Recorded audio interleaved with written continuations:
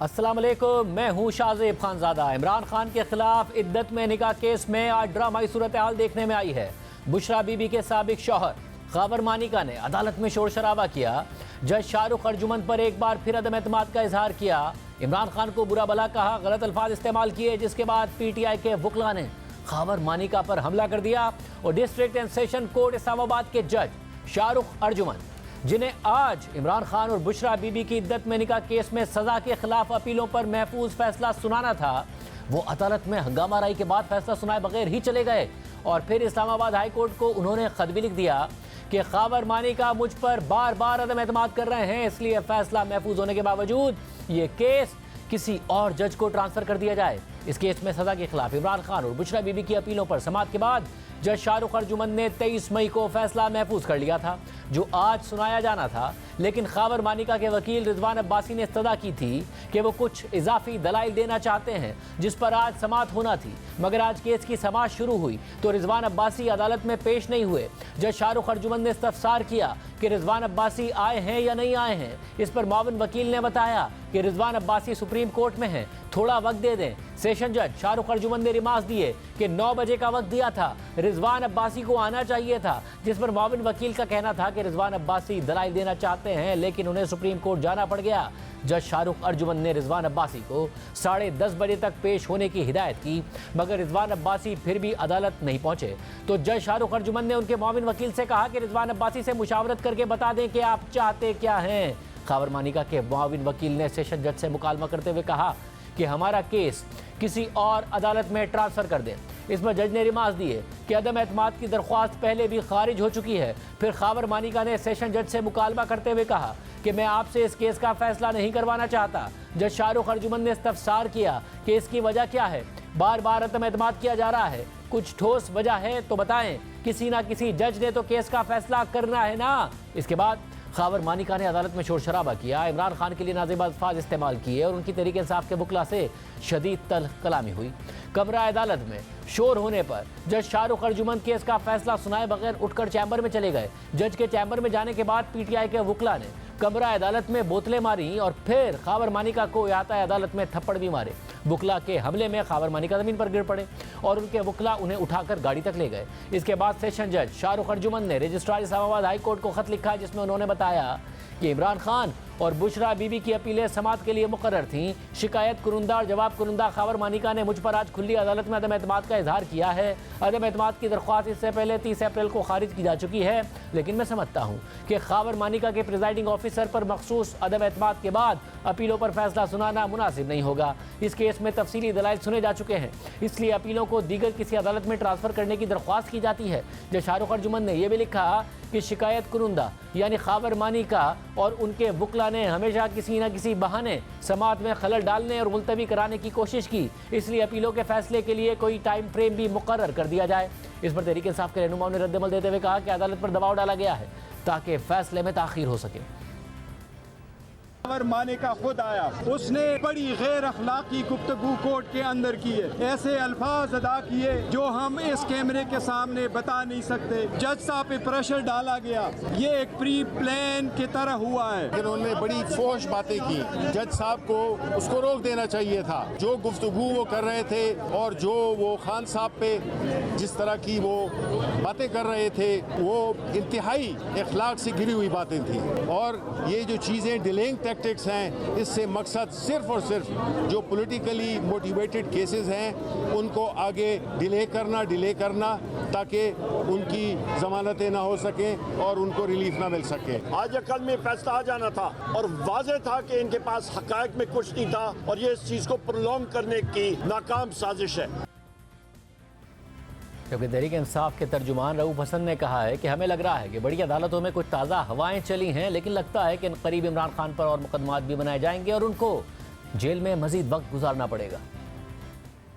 एक बंदा जिसके पास शायद आंखें नहीं भी हैं उसको भी नज़र आ रहा है कि जज साहब के ऊपर किस किस्म का प्रेशर डाला गया होगा, किस किस किस्म की उनको धमकियां दी गई होंगी, किस किस तरीके से उनको इंटिमिडेट किया गया होगा। अब मेरा ख्याल है कि गर्मियों की छुट्टियों के बाद कहीं केस लगवाएंगे। स्ट्रैटेजी है पावर वील्डर्स की, साहिब इक़्तिदार लोगों की, वो ये है कि इन केसेस में जो कि क्रैश हो चुके हों वर्चुअली और जज साहिबान ने सिर्फ उनकी जजमेंट देनी है, उनको जितना भी ज़्यादा आप डिले कर सकते हैं वो डिले किया जाए और वो जजमेंट्स ना आएँ ताकि खान साहब उस वक्त तक कैद में रहें जब तक कि उनके खिलाफ कोई और भोंडा मुकदमा नहीं बनाया जा सकता। तोशा खाना के ऊपर चौथा मुकदमा जो है वो बनाने की तैयारियां हैं। खान साहब को जो है वो जेल में और वक्त जो है वो गुजारना पड़ेगा। अगर साइफर के केस में वो आज़ाद हो भी जाते हैं तो फिर भी वो जेल में रहेंगे और बाकी केसेस जो है ना उनको फाइट करना पड़ेगा। हमें लग रहा है कि जो बड़ी अदालतों में कुछ ताज़ा हवाएं चली तो हैं, लेकिन जो दूसरी तरफ जो कुव्वतें बैठी हुई हैं उनको ये मामलात बिल्कुल ठीक लग नहीं रहे और यही चीज़ है जो कि साहिब इक़्तिदार लोगों को, डिक्टेटर्स को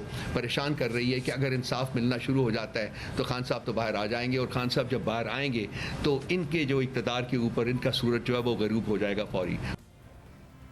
आज अदालत में क्या हुआ और आगे तहरीक इंसाफ की क्या हिकमत अमली होगी। अरफा फिरोज, नुमाइंदा जियो न्यूज़ इस्लामाबाद हमारे साथ मौजूद हैं, जो अदालत में भी मौजूद थे।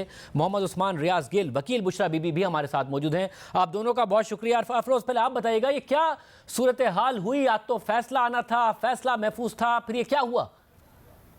अच्छा देखिए शाहजेब, आज जो फैसला था वो महफूज था और उसको जो है वो अनाउंस करना था। 23 मई को जो है ये फैसला महफूज किया गया था, सारे हतमी दलाइल और इसमें रिबटल सब कुछ हो गया था, कंप्लीट हो गया था। हाँ, ये था कि आज के रोज़ जो अदालत है उन्होंने थोड़ी सी एक लीनियंसी रिजवान अब्बासी को ये दी थी, जो वकील थे खावर मानिका के चूँकि वो लास्ट हेयरिंग पर जो है वो नीदरलैंड्स में मौजूद थे तो इस हेयरिंग में उन्होंने आना था और इस हेयरिंग में उन्होंने जो वो अपने सरसरी से हतमी दलाइल जो वो देने थे उसकी इजाज़त अदालत ने रिजवान अब्बासी को दी थी और इसी वजह से रिजवान अब्बासी के जो है वो आने का इंतजार था। पहली कॉल पे तो रिजवान अब्बासी जो है वो अदालत पेश नहीं हुए थे, लेकिन जब दूसरी बार कॉल हुई तो पीटीआई के वकला भी उस टाइम मौजूद थे, रहनुमा भी पीटीआई के उस टाइम मौजूद थे, तो रिजवान अब्बासी तब जो है वो अदालत पेश हुए थे और उन्होंने जो ट्रायल हुआ था इद्दत केस का उसमें कुछ कानूनी निकात को उन्होंने उस पर जो है वो बातचीत करना शुरू की। लेकिन एक ऑल ऑफ सडन एक जो सरप्राइज एंट्री थी वो खावर मानिका की थी और तकरीबन कोई 5 मिनट के दलाइल रिजवान अब्बासी ने दिए होंगे और उसके बाद जो है वो खावर मानिका जो है वो रोस्ट्रम पर आ गए और उम्मीद जो है ये चीज़ किसी ने भी नहीं की थी क्योंकि आज जो फैसला सुनाना था उसमें ज़रूरी नहीं था कि खावर मानिका जो कमरा अदालत में मौजूद हो, लेकिन खावर मानिका ने जो है वो रोस्ट्रम पर आए और उन्होंने सेशन जज शाहरुख अंजुमन से जो है वो इजाज़त मांगी कि मैं 10 मिनट जो है वो कुछ बात करना चाहता हूँ। पहले तो थोड़ा सा रेजिस्ट किया सेशन जज ने, उन्होंने कहा कि आपके जब वकील रिजवान अब्बासी यहाँ मौजूद है तो आप उनको कहें, वो आपको जो है जो आपकी बात होगी वो अदालत को जो बताएंगे। लेकिन खावर मानिका के बार बार इसरार पर फिर सेशन जज ने इजाज़त दे दी और खावर मानिका जो है वो पहली ही जो उन्होंने शुरुआत की वो अपनी शादी से शुरुआत की 1989 और फिर उनकी इज़्दवाज ज़िंदगी और फिर किस तरह से बानी पीटीआई ने उसमें जो वो एंट्रेंस की और उसके बाद जब जिक्र आया था शादी टूटने का तो खावर मानिका जो है वो आबदीदा हो गए थे और आखिरी जुमले तक खावर मानिका जो है वो आबदीदा रहे थे। दौराने समात उन्होंने जो दलाइल दिए थे, उन्होंने बानी पीटीआई को जो बददुआएं भी दी थी, फाउल लैंग्वेज भी जो वो यूज़ की गई थी, उन पर इल्ज़ामात भी लगाए थे, उन पे जो स्कैंडल्स थे उनके ख़वातीन उनको भी थोड़ा सा जो उन्होंने छेड़ा था। फिर अपनी जो दास्तान थी अपनी फैमिली की कि किस तरह से सोशल मीडिया पे उनकी बेटी का एक झूठा डाइवोर्स पेपर जो है वो फैलाया गया है और उनके खिलाफ जो वो प्रोपेगेंडा किया जा रहा है। इवन के बुशरा बीबी पर भी उन्होंने कहा कि बुशरा बीबी ने साफ कहा कि मेरा बच्चों से जो है वो अपने कोई ताल्लुक नहीं और बच्चों का बहुत ज़्यादा ट्रॉमा जो है बच्चों पर इस बात का पड़ा है। तो ये सब बातें जो उन्होंने बताई, लेकिन इसी दौरान जो कमरा अदालत खचाखच जो वो भरा हुआ था क्योंकि पीटीआई की ख़वातीन वर्कर्स भी थी उस टाइम, जो रहनुमा थे पीटीआई की जिसमें बैरिस्टर गौहर, उमर अयूब, शिबली फराज, नईम पंजोथा, ये तमाम जो कमरा अदालत में मौजूद थे। खावर मानिका और जो वकला थे पीटीआई के उनके दरमियान जो तब कलामी भी काफ़ी हुई, लेकिन सेशन जज इस दौरान बिल्कुल खामोश रहे थे। उन्होंने बात करने की परमिशन भी दी। खावर मानिका ने मुकम्मल तौर पे अपनी जो है वो जो भड़ास थी उनकी उन्होंने अंदर से निकाली, आबदीदा भी थे, रो भी रहे थे। जब वो बात करते थे बानी पीटीआई बुशरा बीबी की तो कमरा अदालत में जो ख़वातीन कारकुनान थी उनकी तरफ से शेम की भी आवाज़ें आती थी और ये मुझे जाहिर सी बात है कोर्ट प्रोसीडिंग हम लोग करते हैं उसका एक डेकोरम होता है, कोई रिस्पेक्ट एक होती है। आज जो कोर्ट प्रोसीडिंग थी सेशन जज की अदालत में वो एक जलसा गाह से जो वो कम नहीं नज़र आ रही थी क्योंकि हर दलाइल पे कुछ ना कुछ उसका रिस्पॉन्स रिएक्शन सब कुछ आ रहा था। और जब ये बाद जो वो ख़त्म हुई तो खावर मानिका निकलने की उन्होंने कोशिश की और उनके जो वकील थे वो आसपास ही उनको कॉर्डन ऑफ करके निकालने की कोशिश वो कर रहे थे। उसी दौरान कमरा अदालत में बोतलें भी खावर मानिका की तरफ जो वो फेंकी गई, लेकिन खावर मानिका उसमें बच गए। लेकिन जैसे ही वो बाहर निकले, तकरीबन 10 से 20 मीटर वो उन्होंने वॉक की होगी, तो एक वकील पीटीआई के जो अमूमन हमें नज़र आते हैं फाइलें उठाकर, वो हर सीनियर वकील के साथ होते हैं, उन्होंने जो वो बाकायदा तौर पर हमला किया खावर मानिका पर और 2-3 जो वो थप्पड़ रसीद जो वो खावर मानिका के चेहरे पे और छाती पे जो उन्होंने की, जिसकी वजह से खावर मानिका जो है वो गिर भी गए। लेकिन इस बात पे मुझे एक बहुत अजीब सी एक आती है कि जो पीटीआई रहनुमा है उनकी जानिब से या पीटीआई वकला हैं उनकी जानिब से इस पर कोई मजम्मत नहीं की गई, बल्कि सोशल मीडिया पे इस पर उन जो वकील हैं उनको जो है खराज तहसीन इस तरह से एक तरह से ट्रिब्यूट दिया जा रहा है कि उन्होंने बहुत बड़ा जो है वो तीर मारा है। तो ये सूरत हाल आज कमरा अदालत में मगर वायलेंस की तो कोई जस्टिफिकेशन नहीं है, ना ही कोई जस्टिफाई किया जा सकता है। मगर ये जो इल्ज़ाम है तहरीक इंसाफ का कि उन्होंने ज़ाती हमले किए इमरान खान साहब पर या बुशरा बीबी पर और बहुत गलीज़ ज़बान इस्तेमाल की, ये किस हद तक दुरुस्त है?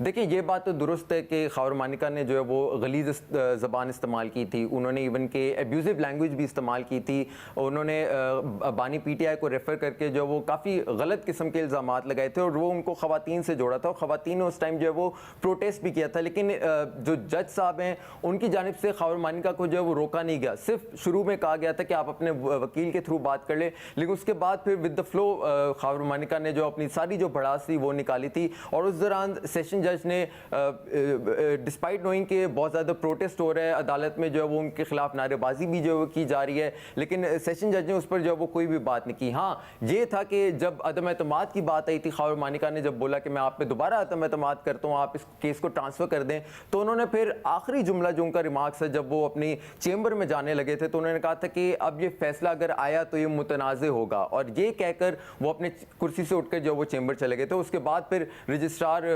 इस्लामाबाद हाईकोर्ट को उन्होंने खत लिख दिया था कि उन्होंने अपनी तरफ से जो है वो एक रिक्वेस्ट डाली है कि आप ये केस जो है वो ट्रांसफर कर दें। और मैं मोहम्मद को ये बात जी मुकम्मल कीजिएगा, फिर मैं बता दूं। हाँ जी जी, आपको खबर मैं ज़रूर ये देना चाहता हूँ कि ये केस जो है हमारे ज़राए ने बताया कि ये केस जो है वो सेशन जज शाहरुख अंजुमन की जानिब की तरफ से जो है ये अब ट्रांसफ़र हो जाएगा और एक वेस्ट में एक जज होंगे, वो अब इस केस की समाअत करेंगे। और केस ऑलमोस्ट जो है दलाइल इसमें जो खावर मानिका की साइड से यानी कि रिजवान अब्बासी इसमें दोबारा से जो दलाइल देंगे। ये हमारे साथ गिल साहब मौजूद हैं, मोहम्मद उस्मान रियाज गिल साहब, जो कि वकील बुशरा बीबी हैं। ज़ाहिर आपके लिए बड़ा अहम दिन था गिल साहब, आपके क्लाइंट के लिए भी, कि फ़ैसला आ जाना था, मगर जो कुछ हुआ उसके बाद जज साहब ने ही, हालांकि पहले भी जज साहब पर एतराज़ हुआ था, पहले वो नहीं पीछे हटे, आज पीछे हट गए, अब अरफा फिरोज़ बता रहे हैं कि तो किसी और जज के पास मामला जा रहा है, फिर दलाइल होंगे, क्या आपकी हिकमत अमली होगी? सर देखिए, इसमें बहसियत एक वकील और एक कानून के तालिब इल्म तो हम हमेशा अपना सर तस्लीम कम करते हैं अदालत का जो भी फैसला होगा। चूंकि ये आज केस फाइनल जजमेंट की अनाउंसमेंट के लिए फिक्स था, लेकिन उसमें जैसे अरफा साहब ने बताया कि एक थोड़ी सी लीनियंसी या आप कह रहे right of fair trial article 10A जिसको प्रोटेक्ट करता है, वो आज दिया गया रिजवान अब्बासी साहब को, इस्तगासा के जो वकील थे खावर मानिका के, कि अगर वो अपने दलाइल मुकम्मल करना चाहते हैं, अदालत से कुछ और कहना चाहते हैं, गो कि वो अपने 95% दलाइल मुकम्मल कर चुके हैं, तो ये एक इंप्रेशन आए कि उनको राइट ऑफ ऑडियंस नहीं दिया गया। तो इस वजह से कोर्ट ने जो पिछला 23 तारीख का ऑर्डर था उसमें कैटेगोरिकली मेंशन किया कि प्रोसिक्यूशन के और एपेलेंट साइड के दोनों के जो है आर्गुमेंट्स वो कंक्लूड हो चुके हैं, लेकिन अगर रिजवान अब्बासी साहब जो कि खावर मानिका के वकील हैं इसमें कुछ ऐड करना चाहते हैं तो वो 29 तारीख को 9 बजे आके या तो तहरीरी दलाइल अपने जो है वो अदालत में दाखिल कर दें या जो है वो आके अदालत से अपने एड्रेस कर लें।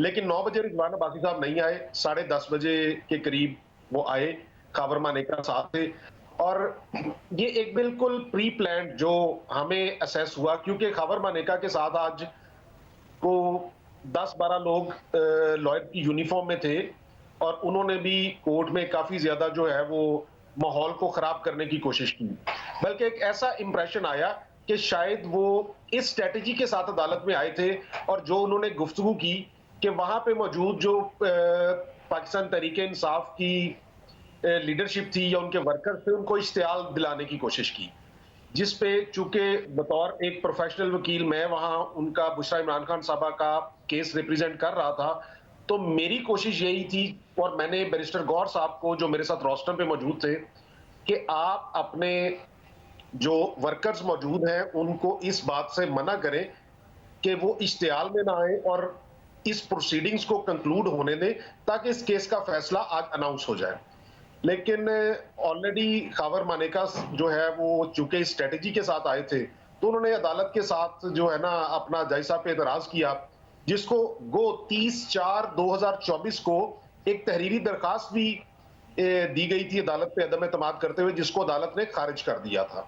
लेकिन आज जब दूसरी दफा किया गया तो अदालत ने उसको भेज दिया इस्लामाबाद हाई कोर्ट को, जो कि कानून के मुताबिक अब दलाइल मुकम्मल हो चुके थे, तो इस स्टेज के ऊपर ये केस ट्रांसफर हो भी नहीं सकता और होना भी नहीं चाहिए। वैसे मुझे ये भी बताएगा कि बड़ी अहम बात है कि आपको ये बात नजर आ रही थी कि ये हिकमत अमली बनाकर आए हैं, कुछ लोग भी साथ आए हैं और कोशिश करेंगे कि इश्तियाल दिलाया जाए, फिर जिस किस्म की ज़बान इस्तेमाल की, अरफा फिरोज भी इस बात को कंफर्म कर रहे हैं, अरफा फिरोज भी, तो आप कह रहे हैं आपने भी खुद समझाने की कोशिश की कि जी इस स्ट्रेटजी को कामयाब ना होने दे और बेहतर होता कि रिएक्ट ना किया जाता, इश्तियाल में ना आया जाता, तो शायद आज फैसला आ जाता। जी बिल्कुल, मैं गुजारिश करूं, क्योंकि मैं अदालत के अंदर मौजूद था, अरफा साहब ने भी विटनेस किया होगा को मेरा ख्याल 150 प्लस लोग वहां मौजूद थे, तो हमने तो अदालत का माहौल इसी तनाजर में चलाने की कोशिश की कि किसी को रिएक्ट नहीं करने दिया गया। लेकिन ये जब मेरे इल्म में आया, मैं विटनेस नहीं हूं उस चीज का, लेकिन मेरे इल्म में आया जब कि ये सारा इंसिडेंट कोर्ट प्रेमिसेस के बाहर हुआ, तो मैंने इसको पूछा अपने दोस्तों से वहां जो मौजूद थे कि ये एक्चुअली व्हाट हैपेंड। तो मुझे ये बताया गया कि जब खावर मानेका रोस्टम जज साहब उठ के अपने चेंबर में चले गए, खावर मानेका अदालत से बाहर निकल रहे थे, तो वहां जो पीटीआई की खवातीन वर्कर्स थी, उन्होंने जो खावर मानेका ने आज गैर मुहज्जब और एब्यूसिव लैंग्वेज यूज की बुशरा इमरान खान साहब और इमरान खान के बारे में, तो उन्होंने गालबन शेम शेम के नारे लगाए, तो जिस पे अदालत के दरवाजे से बाहर निकलते हुए खावर मानेका ने गालबन खवातीन को वल्गर साइन को वल्गर इशारा किया, और जिसके बाद जो वकला थे वहां मौजूद दरवाजे के पास, पीटीआई के वर्कर्स थे या वकला थे, शायद उनके साथ अदालत के बाहर उनकी कन्फ्रंटेशन हुई। This all was reported to me, मतलब मुझे ये इंफॉर्मेशन दी गई कि ये एक्चुअली ये हुआ है। वैसे मगर ज़ाहिर क्योंकि आप आई विटनेस नहीं है, मगर अदालत के अंदर की मैं जानना चाह रहा हूँ कि अदालत के अंदर जब ये आप खुद जांच गए थे कि खावर मानेका ये कोशिश कर रहे हैं और ये पूरी स्ट्रैटेजी के साथ आए हैं, तो उस वक्त आपने कोशिश की थी कि ये बात ना, और आपको लगता है कि अगर ऐसा ना होता, रिएक्ट ना होता, तो आज फैसला आ जाता है? आपके ख्याल में नहीं आना था फैसला उसके बावजूद? सर देखिए, ये अदालत के अंदर तो किसी किस्म का कोई रिएक्शन हुआ नहीं। अदालत के अंदर थोड़ी बहुत हूटिंग हुई, लेकिन उसको मैंने बैरिस्टर गौर साहब को रिक्वेस्ट की, क्योंकि जाहिर बात है उनके पॉलिटिकल वर्कर्स थे, तो चूंकि गौर साहब पार्टी के हेड हैं इस वक्त, तो मैंने उनको रिक्वेस्ट की कि अपने पॉलिटिकल वर्कर्स को कहें कि अदालत का प्रोसीडिंग्स चलने दें, अदालत का माहौल खराब ना करें, और उसमें हम काफी हद तक कामयाब रहे कि 10 मिनट का टाइम खावर मानेका ने लिया अदालत से एड्रेस करने के लिए, लेकिन तकरीबन उन्होंने आधा घंटा अदालत से बात की, और अगर अदालत के अंदर ये माहौल ना होता तो शायद वो बात भी ना कर सकते और अदालत के अंदर झगड़ा हो जाता पीटीआई वर्कर्स का और खावर मानेका का, जिस तरह की उन्होंने गैर मुहज्जब किस्म की बातें की। मुझे अरफा आप भी बताइएगा कि ये बात तो है जो वो कह रहे हैं गिल साहब के इतना मौका तो दिया गया जिसकी वजह से वो बोलने में इतना ज़्यादा कामयाब हुए थे, और फिर बाहर आके भी क्या ये हुआ कि उन्होंने ही इश्तियाल दिलाया जब उन्हें शेम शेम कहा जा रहा था? अरफा देखिए, एक तरफ खावर मानेका जो है वो एक फ़र्द वाहिद वहाँ खड़े थे और अपने वो दलाइल दे रहे थे। देखें, जब सेशन जज ने उनको इजाज़त दी हुई थी तो वो तभी बोल रहे थे, अगर सेशन जज उनको इजाज़त ना देते तो वो ना बोलते। अच्छा, ये मैं आपको एक बात बताऊँ कि मैंने, चूँकि मैं लोअर कोर्ट सेशन कोर्ट्स में कवर करता हूँ, मैंने तोशा खाना जो जज हुमायूं दिलावर ने जिसमें 3 साल की पूरी एक सज़ा दी थी, वो मैंने फ्रॉम डे 1 जो है वो कवर किया था। एक चीज़ बहुत कॉमन है जो मुझे आज भी दिखाई दी पीटीआई के कारकुनान में और कुछ वकला में, देखें, एक ये नारेबाजी कोर्ट में होना, एक जलसा गाह की जो है वो सिचुएशन, एक एपिसोड जो है वो क्रिएट करना, ये तब भी होती थी और ये आज भी मुझे जो है दिखाई दी थी। तब जब वो होते थे ख्वाजा हारिस साहब इनके वकील, और वो रोकते भी थे, और यही काम आज जो है उस्मान गिल ने भी किया। इन्होंने भी जो है वो अपने जो वकला थे, जो इनके साथ या कारकुनान थे, ख़वातीन, उनको भी जो है वो रोका। तो ये चीज़ मुझे जो बहुत कॉमन नज़र आई। और बाहर जो निकलते हुए जो खबर मानिका की बात हो रही है कि उन्होंने कोई इशारेबाजी की है, नहीं, ऐसी तो देखें कोई बात नहीं हुई। मैंने कैटेगोरिकली जो वो वकील हैं उनसे मैंने खुद पूछा है, बरकी उनका नाम है, कि आपने क्यों जो है वो खबर मानिका पे जो है वो हाथ उठाया। तो उन्होंने मुझे कहा कि जी ये बानी पीटीआई के अगेंस्ट जो है वो बुरी ज़बान इस्तेमाल कर रहे थे, उनको गालियाँ दे रहे थे, तो इस वजह से मुझे गुस्सा आया और मैंने उन पर जो है वो हाथ उठा दिया। अब मुझे ये नहीं पता कि क्या ये पीटीआई की जो क़यादत थी, क्या उसकी तरफ से कोई उनको इशारा दिया गया था या कोई रहनुमा थे उनकी तरफ से इशारा किया गया था, लेकिन उन्होंने इस बात को एक्सेप्ट नहीं किया। उन्होंने ये ज़रूर कहा कि मुझे गुस्सा आया था और इसी वजह से मैंने जो है उन पे हाथ उठाया। और गिल साहब, ज़ाहिर है बतौर वकील आपका जो पर्पज़ है वो अपने क्लाइंट के लिए रिलीफ लेना है, और आप इस तवक्को के साथ गए थे कि आज रिलीफ मिले। अब ये मामला दूसरे जज की तरफ अगर चला जाता है, स्ट्रैटेजी क्या होगी? आप इसको अपील करेंगे, अदालत जाए, क्या करेंगे? देखिए शाहजेब साहब, हमारी तो ये कोशिश है कि जितने केसेस हैं, साइफर केस आप देख लें 3 माह से चल रहा है और प्रोसिक्यूशन उसको ड्रैग करती जा रही है कि उस केस का फैसला ना हो सके। इसी तरह इस इद्दत केस की अपील आप देख लें, अगर आपकी टीम इसको कवर कर रही है तो पिछले फरवरी में ये अपील फाइल हुई थी, गालबन 26 या 28 फरवरी को, और उस वक्त से लेके आज तक कंक्लूड नहीं हो सकी। 3 दिन के अंदर सलमान अकरम राजा साहब, जो इमरान खान साहब के वकील हैं इस इद्दत केस में, और मैं बुशरा इमरान खान साहब को रिप्रेजेंट कर रहा हूं, 3 दिन के अंदर हमने अपने आर्गुमेंट्स कंक्लूड कर दिए थे। लेकिन प्रोसिक्यूशन जो खावर मानेका के वकील हैं वो 3 माह के अंदर इसको कंक्लूड नहीं होने दे रहे। ठीक है, तो हमारी कोशिश तो आज भी यही थी कि ये इसको किसी तरह कंक्लूड हो जाए, और आपके नुमाइंदा जो अदालत में मौजूद थे वो आपको कंफर्म करेंगे कि खावर मानेका के अदम एतमाद करने के बावजूद मैंने खुद जाती तौर पे अदालत को ये 3 से 4 मरतबा रिक्वेस्ट की कि हमें अदालत पे मुकम्मल एतमाद है, और अदालत जो भी फैसला करे हमारे खिलाफ करे या हमारे हक में करे, हम उसको कबूल करने के लिए तैयार हैं। लेकिन आज इस केस का चूंकि फैसले के लिए ये केस आज मुकर्रर है, तो इसका फैसला सुना दिया जाए। हमने तो अदालत में अपने अरफा, ये बात तो गिल साहब दुरुस्त कह रहे हैं, क्योंकि हमने भी तफसील से इस मामले को कवर किया है कि बार बार जो खावर मानिका साहब और उनके वकील हैं उनकी तरफ से डिले की कोशिश की गई है, वरना जो गिल साहब हैं, सलमान खान राजा साहब हैं, वो तो चाह रहे थे कि जल्द से जल्द फैसला हो जाए।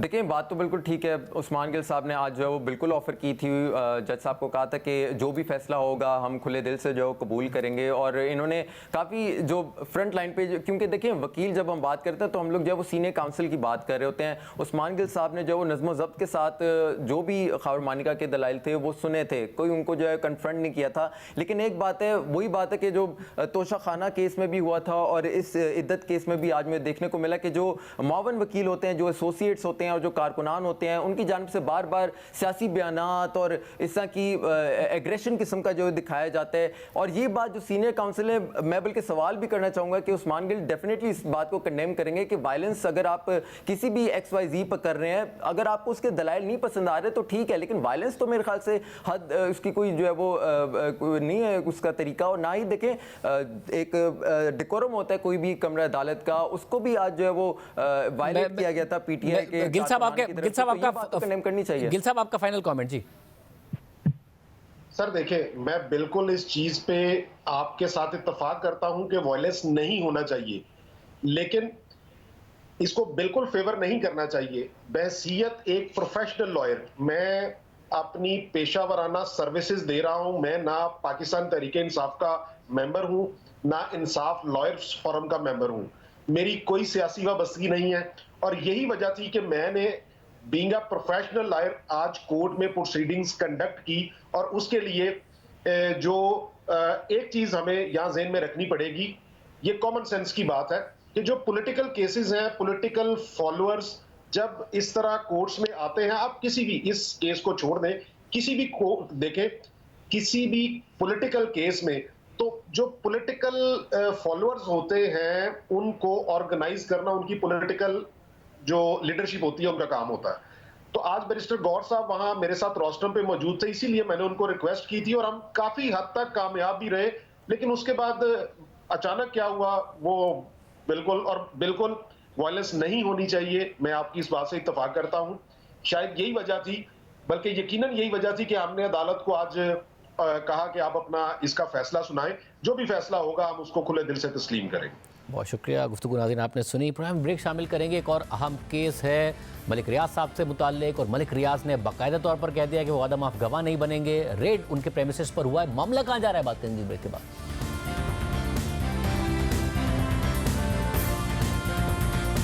नैब ने कल रात को अलकादी ट्रस्ट का रिकॉर्ड हासिल करने के लिए रावलपिंडी में बहरिया टाउन के मरकजी दफ्तर पर छापा मारा। बहरिया टाउन के मालिक समेत एग्जीक्यूटिव्स के दफातर की तलाशी ली और फिर सारा रिकॉर्ड कब्जे में लेकर दफ्तर को सील कर दिया। ज़राए के मुताबिक नैब ने बहरिया टाउन के खिलाफ मुबैना बेज़ाब्तियों पर तहकीकात शुरू कर दी है। साथ ही बहरिया एनक्लेव की ज़मीन से मुताल्लिक भी तहकीकात का आगाज़ कर दिया गया है, क्योंकि ज़राए के मुताबिक CDA ने मज़कूरा ज़मीन चिड़ियाघर के लिए मुख्तस की थी। इसके अलावा नैब ने रात को बहरिया टाउन के दफ्तर पर छापे के दौरान हिरासत में लिए गए 6 अफराद को रिहा कर दिया है, जबकि खुद बहरिया टाउन के मालिक मलिक रियाज ने सोशल मीडिया पर अपने बयान में छापे पर रद्दअमल देते हुए कहा है कि जो चाहे जुल्म करो, वादा माफ गवाह नहीं बनूंगा।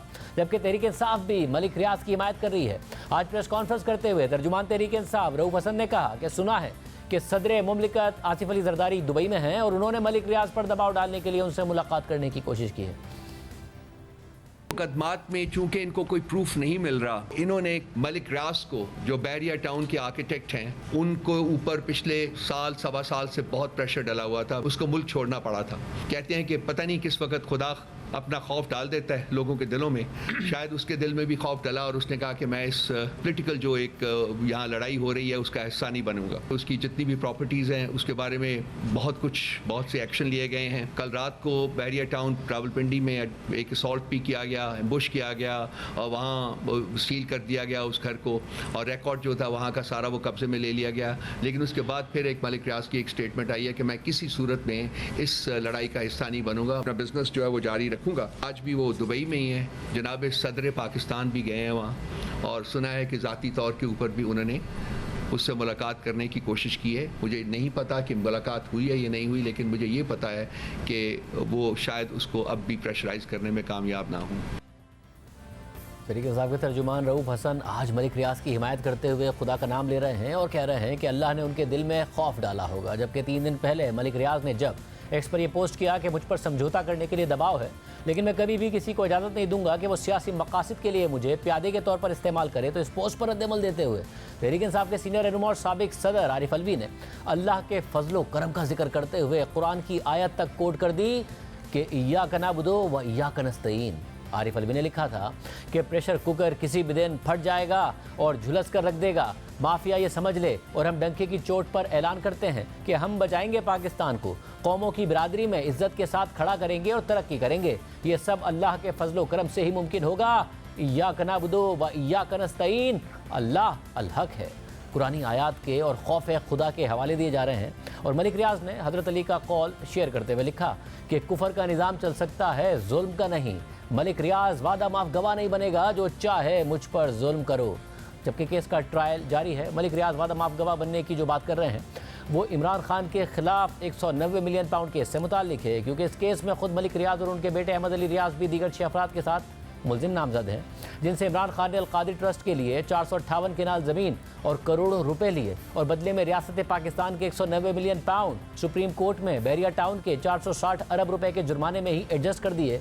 और ये रकम और प्रॉपर्टी बरतानिया की नेशनल क्राइम एजेंसी ने बरतानिया में पकड़ी थी। और फिर 3 नवंबर 2019 की प्रेस रिलीज में खुद नेशनल क्राइम एजेंसी ने बाकायदा ऐलान करते हुए रियासत पाकिस्तान को ये पैसे वापस कर दिए थे। मगर इमरान खान ने बतौर वज़ीर आज़म इस रकम को पाकिस्तान में उसी अकाउंट में एडजस्ट कर दिया जो सुप्रीम कोर्ट ने बहरिया टाउन की लायबिलिटी के लिए कायम किया था। और इस पूरी मशकूक ट्रांजैक्शन से मुतालिक इमरान खान ने अपनी काबीना को भी अंधेरे में रखा, जिसकी कई गवाहियां सामने आ चुकी हैं, जिनमें सबसे बड़ी गवाही शेख रशीद और फवाद चौधरी ने दी है कि उनसे बंद लिफाफे पर दस्तखत करवाए गए और इमरान खान ने मना किया कि बाहर ये बात किसी से नहीं करनी, यानी काबीना को कुछ नहीं बताया, काबीना को बाहर बात करने से भी मना कर दिया। लेकिन आज कैबिनेट में ये कहा गया कि हमने इस पर कोई बात नहीं करनी। ये कैबिनेट में आज बात आई है और कैबिनेट में प्राइम मिनिस्टर का और कैबिनेट का डिसीजन है कि ये बात कोई मिनिस्टर बाहर नहीं करे। जो मुआहदा हुआ उसमें सुप्रीम कोर्ट का जिक्र था। मैंने तो मुआहदा नहीं देखा। आप कैबिनेट के मेंबर नहीं रहे? नहीं, वो सील बंद था। कैबिनेट ने भी नहीं देखा।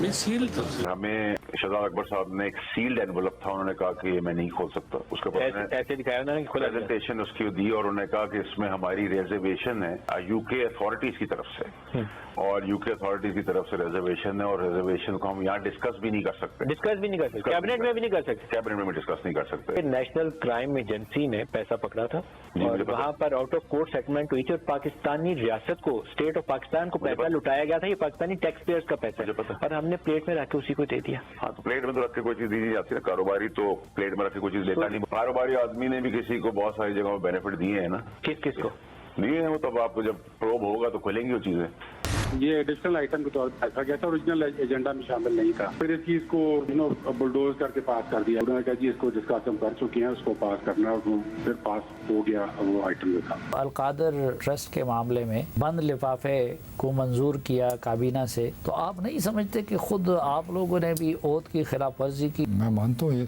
ऐसे हुआ कि हमें कैबिनेट मीटिंग थी, हमें बताया गया कि इस लिफाफे में मनी लॉन्ड्रिंग का पैसा लंदन में पकड़ा गया 190 मिलियन पाउंड्स, और वो किसने बताई? शहजाद अकबर ने या प्राइम मिनिस्टर ने? शहजाद अकबर। हमें क्या एतराज था अगर कोई कहे कि गवर्नमेंट का पैसा आ रहा है। मुझे अगले दिन किसी को, हम बैठे हुए थे 2-3 वजीर, उन्होंने बताया कि ये तो ये था। मैंने कहा मुझे बता देते, मैं बोल लेता। आप तो नहीं डरते हो, नहीं बोल सकते हो, तो मैं इस पे ऑब्जेक्शन कर सकता था। उस वक्त हमें बिल्कुल समझ नहीं है कि फिर हाथ से निकल चुका था। मगर आम बात यह भी है कि इस केस में 49 में से 30 गवाहों के बयान रिकॉर्ड हो चुके हैं, 21 पर जिरा हो चुकी है और 19 गवाहों के बयान रिकॉर्ड होना बाकी हैं। यानी केस मंतकी अंजाम पर पहुंच रहा है, ट्रायल खत्म होने वाला है। तो इस मरहले पर आकर नैब छापे क्यों मार रही है? हमने बात करने के लिए तहरीक इंसाफ के तर्जुमान रऊफ हसन समेत दीगर रहनुमाओं को बुलाया, मगर कोई नहीं आया।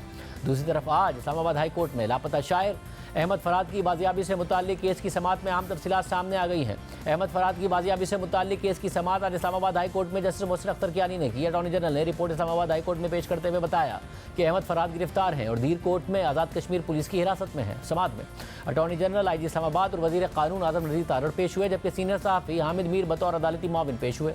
समाअत के दौरान अटॉर्नी जनरल मंसूर उस्मान अवान ने अदालत को बताया कि अहमद फराद गिरफ्तार हैं और पुलिस कस्टडी में है, और अटॉर्नी जनरल ने थाना धीर कोट आज़ाद कश्मीर की रिपोर्ट अदालत के सामने पेश कर दी। इस पर जस्टिस मोहसिन अख्तर कियानी ने रिमार्क्स दिए कि कोहाला पुल के बाद गिरफ्तार करके दायरा इख्तियार वहाँ का बना दिया गया है। किसी की एजेंसियों से कोई दुश्मनी नहीं है। हम सिर्फ ये कहते हैं कि कानून के मुताबिक काम करें। जिस पर वजीर कानून आजम नज़ीर तारड़ ने अदालत को बताया कि 14-14 साल के बच्चे बॉम्ब बांधकर फट रहे हैं, जिसके जवाब में जस्टिस मोहसिन अख्तर कियानी ने कहा कि हम समझते हैं कि इदारे कानून के तहत काम करने की आदत डालेंगे। वजीर कानून ने कहा कि पार्लियामेंट को भी अपना किरदार अदा करना चाहिए। जस्टिस मोहसिन अख्तर कियानी ने कहा कि हमने कुछ सवालात उठाए थे जिनके जवाब आना बाकी हैं। हमने बुनियादी हुकूक के तहफ़्फ़ुज़ का हल्फ उठा रखा है। वजीर कानून ने अदालत को जवाब दिया कि हमने भी हल्फ उठा रखा है, हमारी नीयत पर भी शक ना किया जाए। जिससे मोहसिन अख्तर कियानी ने कहा कि कोई आदमी पाकिस्तान आर्मी के खिलाफ नहीं है। चंद लोगों की गलत रविश का नुकसान पूरे इदारे को होता है। आइन मुकद्दम है जिसमें हर एक के काम मुतय्यन हैं कि उसने क्या करना है। सबसे ज़्यादा सहाफ़ियों, पॉलिटिकल एक्टिविस्ट और सियासतदानों ने सफ़र किया है। दौरान समाअत अदालती मुआविन और सीनियर सहाफ़ी हामिद मीर ने अदालत को बताया कि मैंने बतौर अदालती मुआविन अपनी तहरीरी गुजारिशात जमा करा दी हैं। मीडिया के लोग उठाए गए और कत्ल भी हुए हैं। हम मिसिंग पर्सनस की मिजरीज़ को समझते हैं। पार्लियामेंट ने अच्छा काम किया और बिल बनाया था जिस पर अमल होता तो बेहतर नताइज निकलते। जिस पर वज़ीर कानून ने कहा कि इस बिल में एक तरमीम की सिफारिश आई थी। इसके बाद जस्टिस मोहसिन अख्तर कियानी ने रिमार्क्स दिए, अदालत को किसी अंडर कवर एजेंट का कवर ब्रेक करने की ज़रूरत नहीं है। हर ऑफिस का एक वर्किंग और प्रोसेस होता है। अगर इंटेलिजेंस एजेंसियां किसी को उठाती हैं तो इसका क्या प्रोसेस होता है। दौरान समाअत अदालत ने कहा कि सुनने में आया है कि पेमरा ने अदालती कार्रवाई को टीवी पर दिखाने पर पाबंदी लगाई है। किस हद तक इन केसेस की रिपोर्टिंग होनी है, इस पर पेमरा का कोड ऑफ कंडक्ट मौजूद है। जिस पर हामिद मीर ने मौका अख्तियार किया कि पेमरा जजेस के रिमार्क्स रिपोर्ट करने पर पाबंदी नहीं लगा सकता, मगर यहाँ पेमरा ने हमें अदालती कार्रवाई को नशर करने से ही रोक दिया है। अदालत के पूछने पर वजीर कानून ने कहा कि यह मामला 3 जगहों पर जेर बहस है। 3 हाई कोर्ट्स केस सुन रही हैं। दौरान समाअत वजीर कानून ने सोशल मीडिया पर गलीज मुहिम चलाने का जिक्र किया, जिस पर जस्टिस मोहसिन अख्तर कियानी ने रिमार्क्स दिए कि सोशल मीडिया पर बदकिस्मती से बहुत कुछ चल रहा है। मैं तो सोशल मीडिया नहीं देखता, इसलिए परवाह नहीं है। जो देखता है उसे तकलीफ होती है। जस्टिस मोहसिन अख्तर कियानी ने मजीद कहा कि अटॉर्नी जनरल ने गुज़िश्ता समाअत पर व्हाइट फ्लैग लहराने की बात की थी। मैं समझता हूँ कि इदारों के दरमियान कोई लड़ाई नहीं है। तारड़ साहेब कोई इदारा जाती लड़ाई नहीं है। अदलिया, पार्लिमान या मीडिया में से कोई एक दूसरे के साथ स्कोर बराबर नहीं करना चाहता है। डायलॉग वक्त की ज़रूरत है। जैसे मोहसिन अख्तर कियानी ने मज़ीद रिमार्क्स में कहा कि इन सारे केसेस में हमने कुछ सवालात पूछे हैं, अदालती सवालात के जवाब आना बाकी हैं, जिस पर वज़ीर कानून ने अदालत को बताया कि आप पटिशन निपटा दें, वो जवाब किसी और केस में आ जाएंगे। जिस पर जैसे मोहसिन अख्तर कियानी ने कहा कि अहमद फराद की फैमिली से पूछकर बताएं तो पटिशन निपटा देंगे। अदालत ने समाअत के आखिर में थाना धीर कोट आज़ाद कश्मीर से शायर अहमद फराद को बाजियाब करने की हिदायत की। अटॉर्नी जनरल की जानिब से अहमद फराद की धीर कोट पुलिस की हिरासत में मौजूदगी के एतराफ़ के बाद धीर कोट पुलिस की जानिब से अहमद फराद के खिलाफ दर्ज FIR भी सामने आ गई है, जो कार्य सरकार में मुदाखलत की दफ़ा 186 के तहत दर्ज की गई। FIR के मुताबिक कोहाला चौक की जानिब से आते हुए कैरी डब्बे को चेक पोस्ट पर रोका गया और गाड़ी के ड्राइवर से शनाख्ती कार्ड तलब किया गया। इस दौरान गाड़ी में बैठे एक शख्स की जानिब से पुलिस से बदतमीजी की गई। FIR में मजीद कहा गया है कि उस शख्स ने तल्ख कलामी करते हुए कहा कि तुम लोग चेक नहीं कर सकते। तल्ख कलामी करने वाले शख्स ने अपना नाम सैयद फराद अली शाह बताया। समाअत के बाद इस्लामाबाद हाई कोर्ट के बाहर वज़ीर कानून आज़म नज़ीर तारर से सहाफ़ियों ने अहमद फराद से मुताल्लिक सवाल पूछे, जिनके जवाब में उन्होंने कहा कि पर्चा हुआ है, पुलिस मामले की तफ्तीश कर रही है। अहमद फराद के भाई सैयद लियाकत हसन शाह का एक बयान सामने आया है, जिसमें उन्होंने मौक़िफ़ अख्तियार किया कि वो अहमद फराद से मिलने थाना धीर कोट पहुँचे, मगर यहाँ पहुँचकर पुलिस ने बताया कि उनके भाई को धीर कोट से मुजफ्फराबाद मुंतकिल कर दिया गया। इसके बाद अहमद फराद की अहलिया ने प्रेस क्लब में मीडिया से गुफ्तगू में बताया कि हम मुजफ्फराबाद सदर थाने पहुँचे तो हमें बताया गया कि अहमद फराद यहाँ भी मौजूद नहीं है, पुलिस हमारे साथ ताउन नहीं कर रही है। जबकि अब से कुछ देर पहले नुमाइंदा जियो न्यूज़ आरिफ उर्फी ने रिपोर्ट किया कि पुलिस ने अहमद फराद से उनके अहल खाना की मुलाकात करवा दी है। इससे पहले SSP मुजफ्फराबाद का बयान भी सामने आया, जिसके मुताबिक शायर अहमद फराद को मुजफ्फराबाद पुलिस ने गिरफ्तार कर लिया है। उनके खिलाफ इस्तेदाद दहशतगर्दी और साइबर क्राइम एक्ट के तहत पहले से मुकदमा दर्ज है। बाज़ाब्ता कार्रवाई करके अहमद फराद को बाग पुलिस से अपनी कस्टडी में ले लिया है।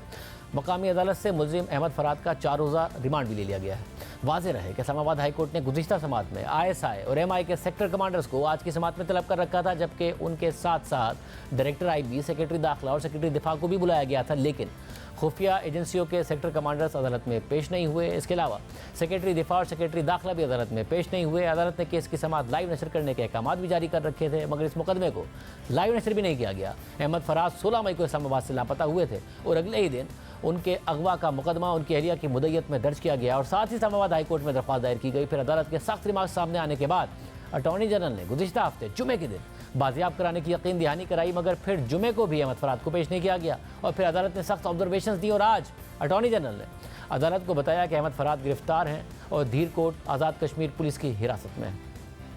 प्रोग्राम में एक ब्रेक शामिल करते हैं।